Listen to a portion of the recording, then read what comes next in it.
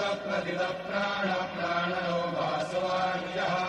अपान्विजरधिष्ठानमप्रमत्तप्रतिष्ठितः स्कन्दस्कन्दधरो धूर्यो वरदो वायुवाहनः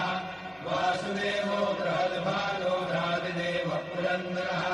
अशोकस्तारणस्तारः शूरशौर्यगणेश्वरः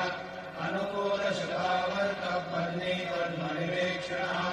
पद्मनाभो रविन्दाक्षः पद्मगर्भश्रेयो हेतुर्नामोदरस्तः